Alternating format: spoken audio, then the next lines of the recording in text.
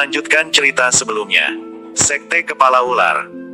Setelah merasa cukup beristirahat, Lin Feng menyusuri dasar jurang kegelapan untuk mencari herbal. Dia mendapatkan banyak herbal berharga yang sangat langka di Kekaisaran Qilin. Dia pun meracik tumbuhan herbal itu menjadi ribuan pil kultivasi, pil obat, dan pil khusus. Dasar jurang kegelapan sangatlah luas seperti hutan pada umumnya. Dasar jurang kegelapan termasuk ke dalam wilayah hutan kegelapan di bagian barat. Lin Feng menuju bagian barat hutan kegelapan. Dia keluar dari hutan melewati perbukitan, lembah, dan pegunungan. Tak lama Lin Feng sampai di desa terpencil bernama Desa Mawar. Lin Feng memasuki desa dan berjalan santai. Dia melihat keanehan di Desa Mawar. Desa ini terlihat sangat sepi, gumamnya. Lin Feng hanya melihat beberapa orang tua, anak-anak, dan wanita yang lemah. Jumlah mereka sangat sedikit dan dapat dihitung dengan hitungan jari. Warga desa menatap Lin Feng penuh perhatian. Siapa orang itu? Kenapa sampai di desa terpencil ini? Berikan aku segelas teh dan makanan yang enak, pinta Lin Feng. Silakan duduk tuan, aku akan segera menyiapkannya. Pemilik kedai masuk ke dalam. Dan tak lama, dia kembali keluar menyiapkan pesanan Lin Feng. Hanya ini hidangan yang dapat saya sajikan. Pemilik kedai menaruh secangkir teh dan semangkuk bubur di meja Lin Feng. Tuan, kenapa desa ini sangat sepi penduduk? Tanya Lin Feng sambil menyantap makanannya. Sebulan yang lalu, beberapa orang datang ke desa ini. Mereka mencari banyak pekerja kasar untuk mendirikan bangunan.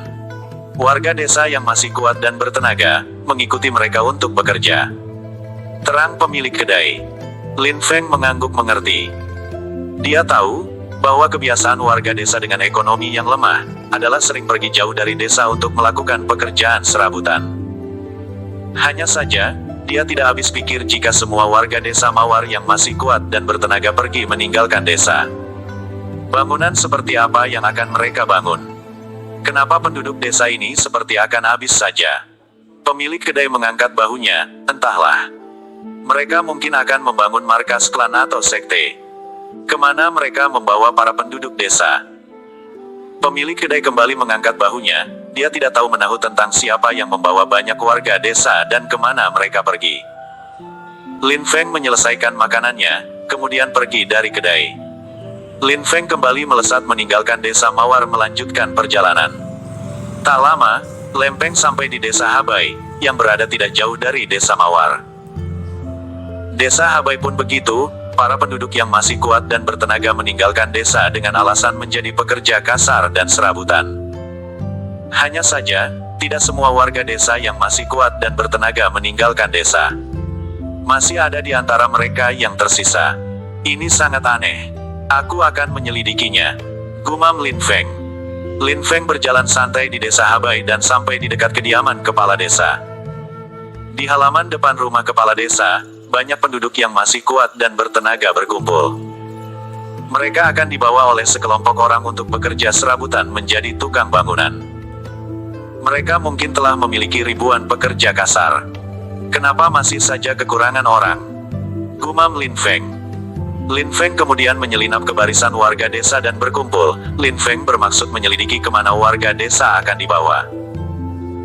Dengan menyamar sebagai pekerja kasar, dia pun sudah memasukkan pedang miliknya ke dalam cincin ruang dimensi agar tidak menimbulkan kecurigaan. Sekelompok orang yang membutuhkan pekerja kemudian membawa warga desa untuk menuju ke sebuah tempat, dan Lin Feng pun dengan patuh mengikuti mereka, sama seperti warga desa lainnya. Selama beberapa hari, rombongan mereka terus bergerak. Mereka ternyata dibawa ke sebuah tempat pertambangan emas. Apa yang akan dibangun di tambang emas ini? Tanya Lin Feng dalam hati. Lin Feng dan warga desa lainnya mulai memasuki wilayah tambang. Mereka terhentak kaget saat melihat banyak orang yang diikat rantai dan dipaksa untuk bekerja di tambang. Beberapa orang itu juga terlihat penuh luka akibat disiksa. Di antara warga desa yang dipaksa bekerja, beberapa orang mengawasi dengan membawa cambuk. Mereka akan mencambuk warga desa yang bermalas-malasan dalam bekerja. Kecurigaanku memang benar, warga desa ternyata dijadikan sebagai pekerja paksa, gumam Lin Feng. Warga desa yang baru sampai merasa ketakutan. mereka mulai menyadari jika mereka akan dijadikan budak di pertambangan emas itu bukan sebagai tukang yang akan mendirikan bangunan. Warga desa hendak kabur dan melarikan diri. Namun, beberapa orang dengan cepat mengepung mereka. Hahaha. Kalian sudah sampai di sini, tidak mungkin dapat kabur begitu saja. Tawa para pengepung sambil menghunuskan sabit mereka. Siapa sebenarnya kalian? Tanya warga desa. Jangan banyak bertanya. Kalian akan mati jika tidak mematuhi kami. Mereka sebenarnya adalah orang-orang dari Sekte Kepala Ular yang merupakan sekte aliran hitam. Sekte Kepala Ular menipu warga dengan berpura-pura membutuhkan banyak pekerja untuk mendirikan bangunan. Namun pada kenyataannya, warga desa dijadikan budak yang dipekerjakan tanpa bayaran, bahkan disiksa di pertambangan emas. Lin Feng mengepalkan tangannya. Dia sangat marah karena orang-orang dari Sekte Kepala Ular itu menipu warga desa dan menjadikan warga desa sebagai budak. Aku tidak akan membiarkan kalian hidup lama di dunia ini, gumamnya. Beberapa orang dari Sekte Kepala Ular kemudian mulai mengikat satu persatu warga desa yang baru sampai. Warga desa yang ketakutan hanya diam dan membiarkan diri mereka diikat rantai. Lin Geng pun membiarkan dirinya diikat rantai. Dia tidak mau bertindak gegabah dengan langsung menyelamatkan warga desa. Aku akan terlebih dahulu menyelidiki kekuatan musuh di tambang emas ini sebelum menyelamatkan warga desa. Batinnya, menyelamatkan warga. Lin Feng dan warga desa Habai digiring menuju ke tempat mereka akan bekerja. Mereka baru saja sampai di area tambang, namun langsung disuruh untuk bekerja. Cetar. Seorang warga desa dicambuk karena berjalan sangat pelan. Dia pun menjerit kesakitan dan mempercepat langkahnya. Lin Feng sangat murka dengan perlakuan orang-orang dari Sekte Kepala Ular kepada warga desa. Tunggu sebentar lagi, aku akan menyelamatkan warga desa dan menghabisi orang-orang kejam ini, gumannya. Lin Feng dan warga desa pun mulai bekerja mengikuti arahan beberapa orang dari Sekte Kepala Ular yang mengawasi mereka. Lin Feng mendekat kepada warga desa yang sudah lama menjadi budak, kemudian bertanya, "Tuan, dari mana orang-orang kejam ini?" Warga desa itu diam seribu bahasa, dia takut pengawas melihatnya bercakap-cakap dengan Lin Feng. Lin Feng mendekat ke warga desa lainnya, namun hasilnya tetap sama. Beberapa warga desa malah takut berdekatan dengan Lin Feng yang mengajak mereka bercakap-cakap. "Apa yang kamu lakukan?" Seorang pengawas melihat apa yang Lin Feng lakukan. Cetar. Pengawas itu mencambuk Lin Feng dengan sangat keras. Lin Feng pun berpura-pura kesakitan dan menjerit cukup keras. Lin Feng merasa mustahil menggali informasi dari warga desa. Dia pun memilih mengamati orang-orang dari Sekte Kepala Ular yang ada di tambang emas itu. Tak lama Lin Feng mengetahui jika orang-orang Sekte Kepala Ular di tambang itu tidak ada ia sepadan dengannya. Lin Feng melihat rata-rata kultivasi mereka berada di tahap Raja keempat dan kelima. Sementara, dirinya setara dengan kultivator tahap Kaisar pertama. Jumlah orang-orang dari Sekte Kepala Ular di tambang itu juga tidak begitu banyak, hanya sekitar 300-an orang. Mereka adalah orang-orang yang disuruh Patriark Sekte Kepala Ular untuk menjaga dan mengawasi area tambang. Setelah memastikan kekuatan musuh yang ada di area tambang itu bisa dia kalahkan, Lin Feng melepaskan ikatan rantai yang melilit di tubuhnya. Lin Feng mengambil cincin ruang dimensi yang sebelumnya dia simpan di sakunya, kemudian mengambil pedang kebanggaannya. Apa yang kamu lakukan?" Seorang pengawas terkaget melihat Lin Feng dengan mudah melepaskan ikatan rantai di tubuhnya. Serak. Lin Feng tak banyak bicara, dia menebas pengawas dari Sekte Kepala Ular itu. Seketika, pengawas-pengawas lain berkerumun mengepung Lin Feng. Begitupun dengan para penjaga di area pertambangan emas itu. Serak.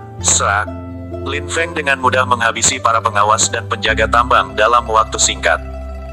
300-an orang dari Sekte Kepala Ular itu tewas di tangan Lin Feng.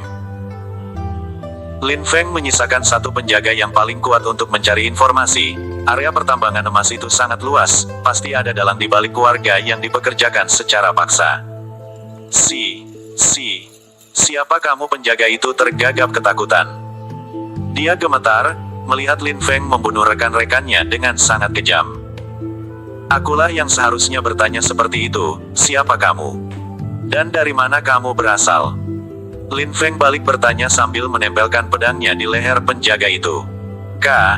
Kamu pasti akan mati, Sekte Kepala Ular tidak akan membiarkanmu. Jadi kamu berasal dari Sekte Kepala Ular. Di mana markas Sekte Kepala Ular itu? Tanya Lin Feng sambil mengancamnya. Cepat katakan, dan aku akan melepaskanmu. Apa kamu tidak berbohong? Tanya penjaga itu. Aku memegang kata-kataku. Aku akan melepaskanmu, jika kamu mengatakan di mana markas Sekte Kepala Ular. Penjaga yang ketakutan itu berharap Lin Feng melepaskannya. Dia kemudian membuka mulutnya. Sekte Kepala Ular berada di sebuah gua di sebelah utara tidak jauh dari pertambangan emas ini. Sesuai dengan perkataannya, Lin Feng melepaskan penjaga itu. Namun sejenak kemudian, Lin Feng membunuhnya. Aku sudah melepaskanmu.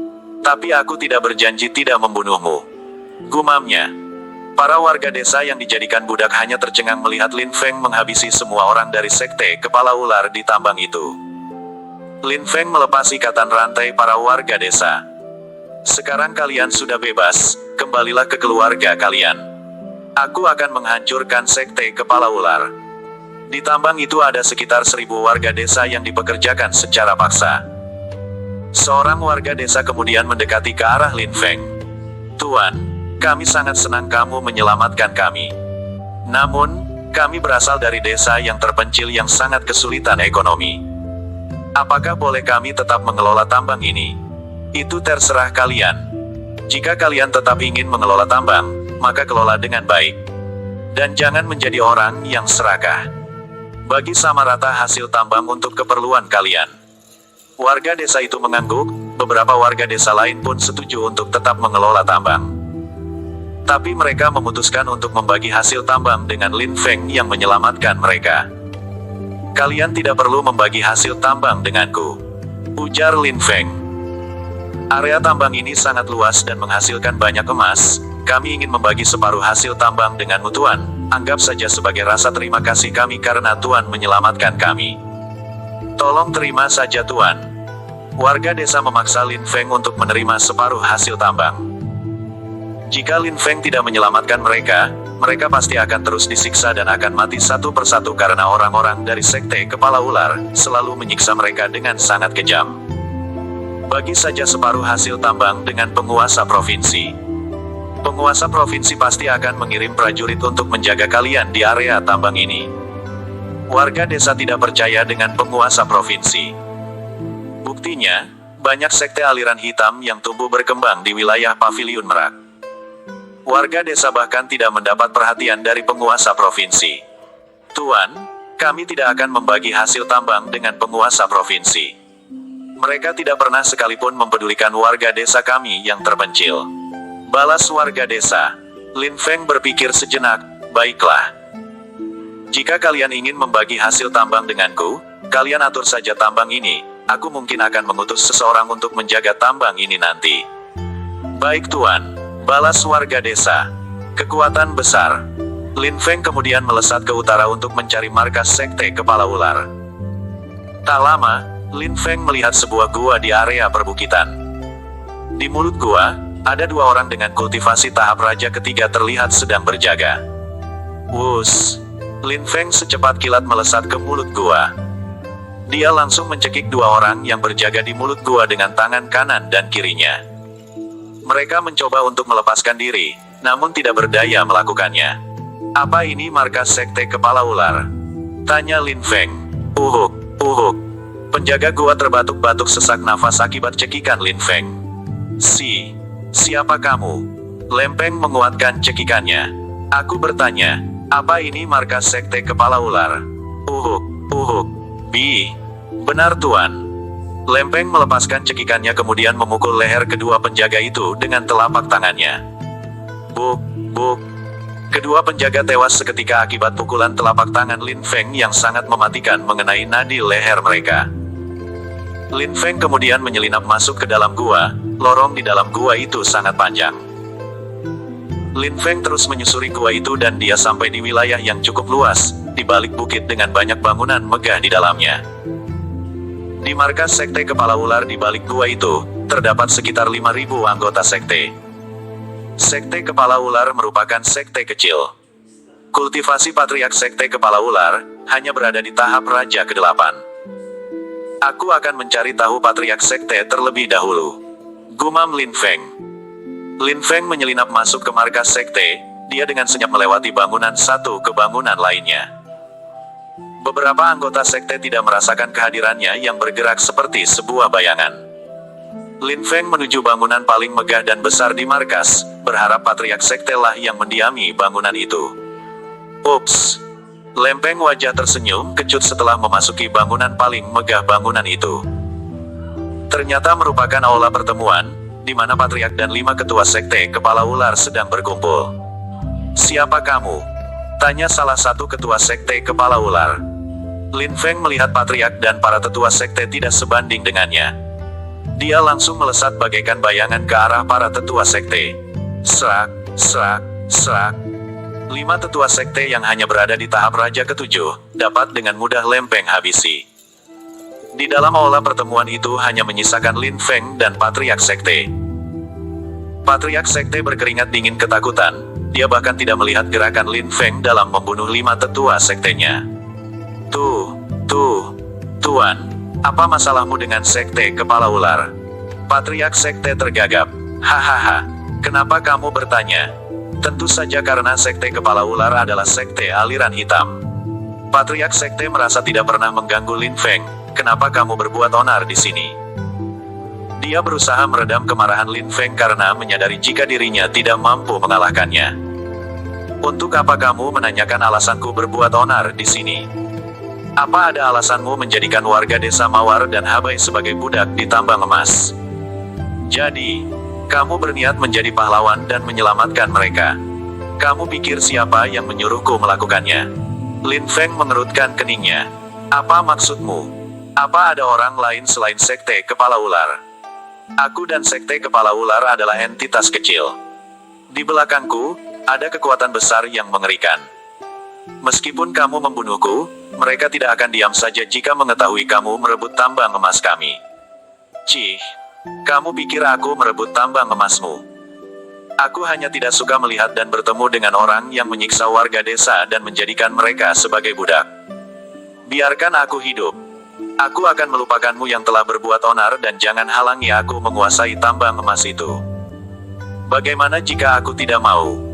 Seseorang tidak akan tinggal diam atas kematianku. Warga desa yang kamu selamatkan bahkan bisa mengalami kejadian yang lebih parah jika kamu tetap berbuat seperti pahlawan. Siapa mereka? Tanya Lin Feng. Meskipun kamu mengetahuinya, kamu tidak akan bisa menyentuh salah satu kekuatan besar dari Paviliun Merak, jawab Patriark Sekte Kepala Ular. Omong kosong. Serak. Lin Feng menebas Patriark Sekte Kepala Ular. Dan Patriark itu pun tewas di tangan Lin Feng. Sekarang aku akan menghabisi seluruh anggota Sekte Kepala Ular, gumam Lin Feng. Lin Feng pun keluar dari aula pertemuan sekte. Dan dia menghabisi setiap anggota sekte yang berjumpa dengannya. Siapa pemuda itu?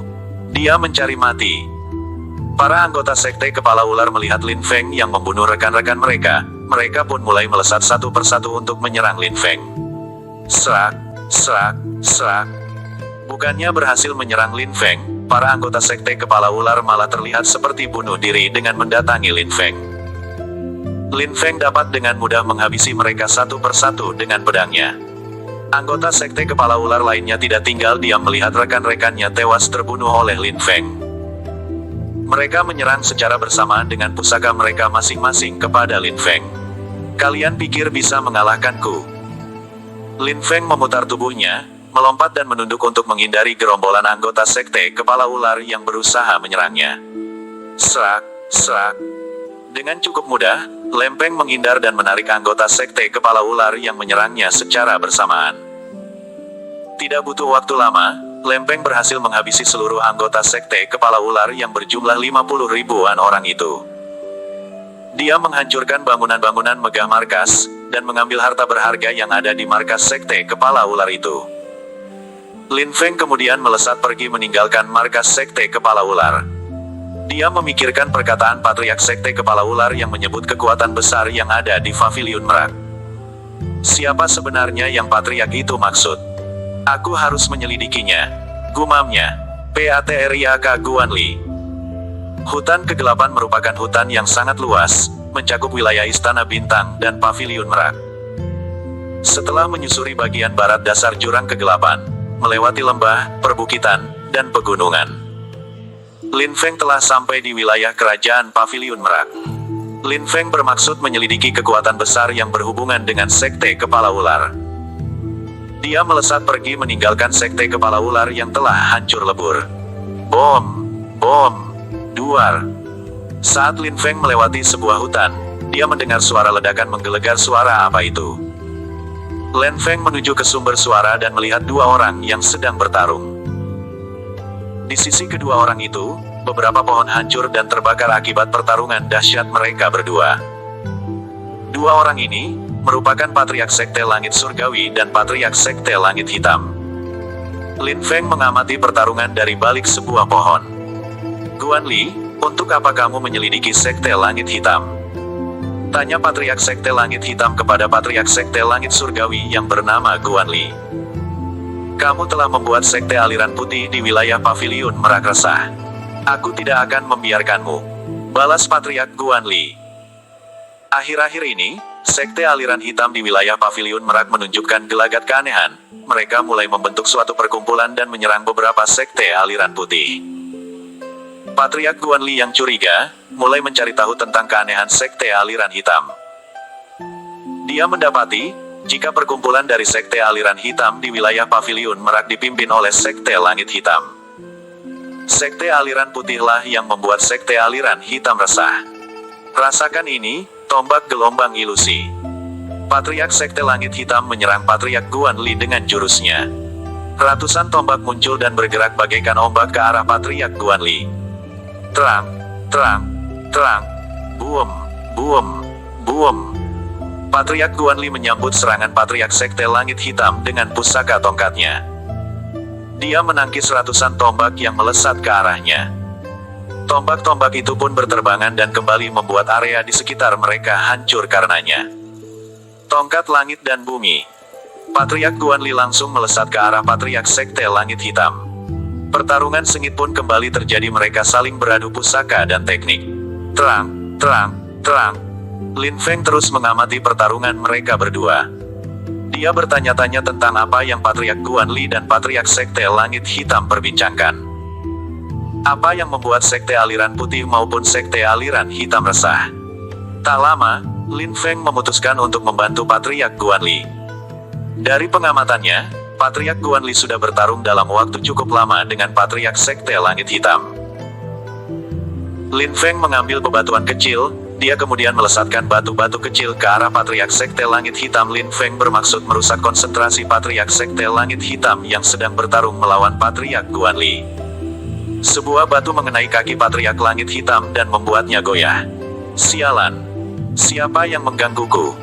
Patriark Sekte Langit Hitam menengok ke arah Lin Feng. Bocah! Siapa kamu?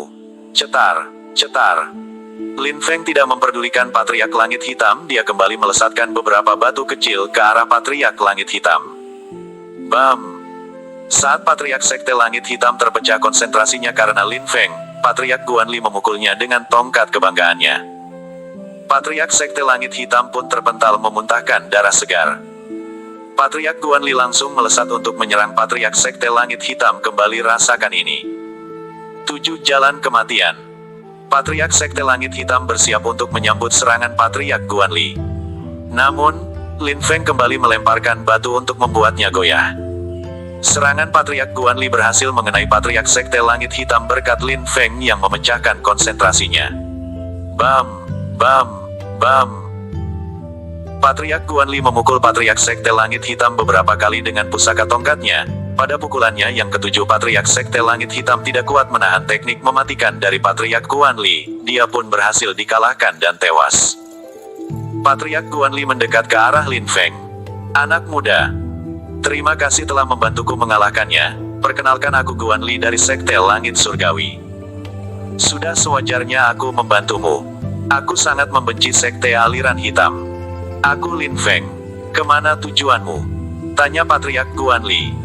Aku akan menuju ke kerajaan Paviliun Merak. Perjalananmu masih jauh.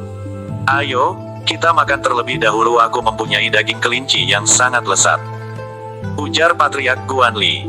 Lin Feng mengangguk, kebetulan aku juga sangat lapar. Mereka berdua kemudian duduk saling berhadapan sambil membakar daging kelinci. Ngomong-ngomong, apa yang membuat sekte aliran putih di wilayah paviliun merak resah? Tanya Lin Feng yang penasaran. Patriark Guanli menerangkan, jika sekte-sekte aliran hitam mulai menyerang beberapa sekte aliran putih. Mereka bahkan membuat sebuah aliansi untuk menghancurkan sekte aliran putih di wilayah paviliun merak. Lin Feng mengangguk, mendengar keterangan dari Patriark Guanli. Apa sekte aliran putih tidak mengikuti jejak para aliran hitam dengan membentuk aliansi? Tanya Lin Feng, sambil menyantap daging kelinci yang sudah matang. Itulah yang sedang dilakukan oleh Kaisar Qilin. Kaisar sepertinya sedang mendekati sekte aliran putih maupun metal yang selama ini tidak mau ikut campur masalah politik. Hal itu juga, yang mungkin membuat sekte aliran hitam resah. Jawab Patriark Guanli. Apa maksudmu? Kaisar Qilin membuat sebuah sayembara khusus untuk sekte aliran putih maupun netral. Terang Patriark Guanli. Lin Feng mengangguk-anggukan kepalanya. Sayembara? Sayembara apa itu? Sayembara untuk memperebutkan putri Kaisar Qilin 6 bulan lagi dari sekarang.